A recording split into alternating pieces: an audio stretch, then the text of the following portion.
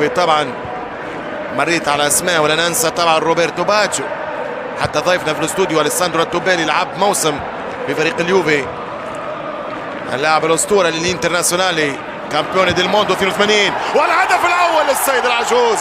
التاريخ يكرر نفسه، السنوات تتوالى، وهرنانيز بتغير الاسماء واختلاف الجنسيات.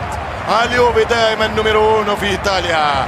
1-0 هرنانيز في الدقيقة 42 تتغير بقذيفة والتسديدة عن طريق البرازيلي في المرمى. 1-0 لهرنانيز. 1-0. اليوفي يتقدم ويسجل هدفه رقم 68 في السيزون. مهند ايضا الان نتحدث بلغة الشعبية. شعبية اليوفي في الوطن العربي وفي العالم كبيرة جدا. قلت في دراسة عملت من كرة البوفون مرة أخرى، كرة الجيجي، تمشي كرة سيموني زازا في وسط الميدان. سيموني زازا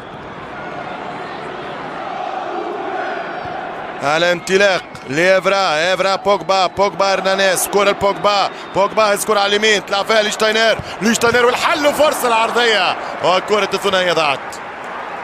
كرة الهدف الثاني، محاولة خطيرة للهدف الثاني لفريق اليوفي والرأسية. الهدف الثاني ياتي، الهدف الثاني ياتي الآن. سيموني زازا، هذه هي الركنية وهذه هي العرضية وهذه هي الرأسية وهذه هي الثنائية في 17 حضور، 5 أهداف. سيموني زازا ريتي دي لا يوفنتوس وفرحة عشاقه وضمان انتصاره. 15 انتصار على التوالي في ميدانه، فماش تسلل.